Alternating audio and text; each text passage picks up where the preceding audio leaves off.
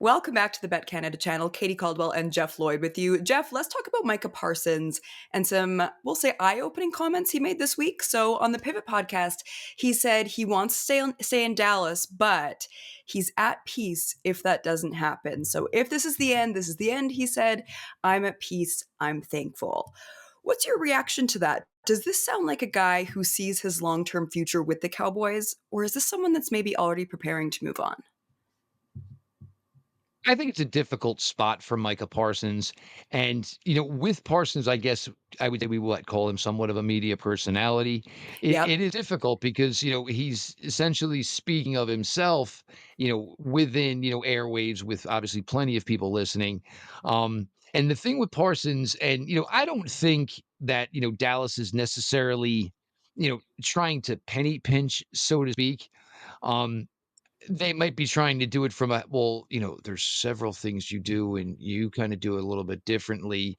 And, but, Micah Parsons, look, he can rush from the outside. He can rush the A gap, the B gap. He Yeah. takes on double teams. He can actually do some linebacker stuff. Although at this point, I would never ask him to do that because every rush at the quarterback, every drop back means he's not rushing the quarterback. So why would I do True. that?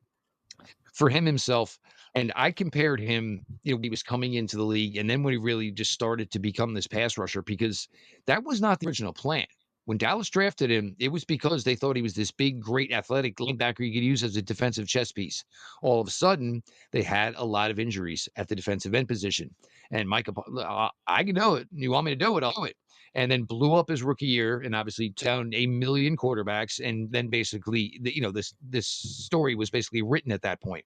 He reminds me of Sean Merriman from back in the day. Like, he doesn't hit the quarterback.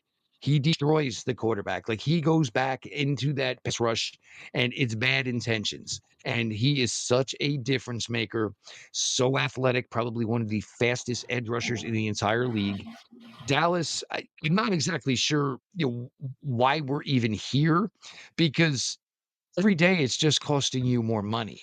If you had Yeah. gotten him done before TJ Watt, maybe it wouldn't have been the money that because if Parsons is going to want more money than TJ Watt, absolutely. Why Yep. wouldn't he? He's been a better player in the last few years. He is younger. Why would he not want more money? So teams make so many mistakes with this. And there was this thing from the Cleveland Browns years ago, and it was basically the Paul DePodesta manifesto. And it was like and Paul obviously is a guy that has been involved in baseball, so he's been involved with football.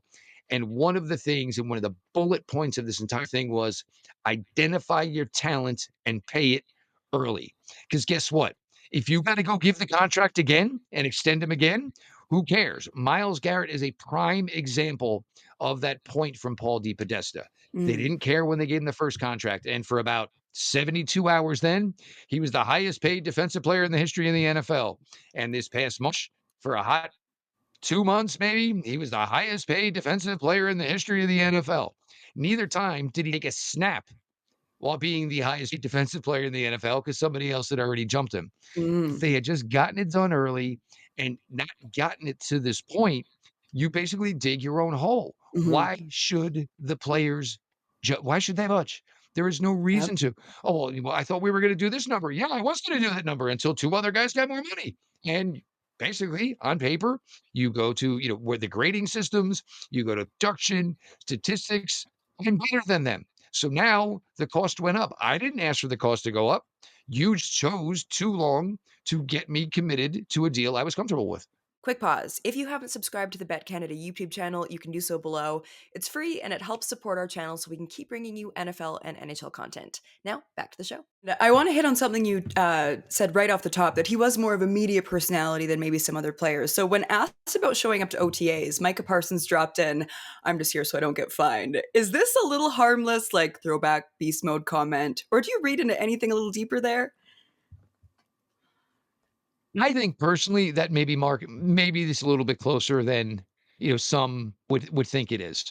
And the Okay. other thing is you also have to keep in mind is, the Cowboys, they're in Oxnard, California. They're not in Dallas, Texas. And, so for Micah Parsons, so if I stay in the area, I'm still not around the guys. I'm not. I'm Mm. very, very far removed. And, and he even said, he's like, it's not like not talking to them. It's not like he's not there. He's just not practicing, so And for me, that, if I'm Jerry Jones, pushes me even more to want to get this done. Big time. Very easily, we could watch Micah Parsons with his headset on, with a drink in his hand, sitting by his pool in Dallas, just doing podcasts, we're talking to Barstool, whoever he wants to talk Mhm. to, because they're not going to pay him to do his job.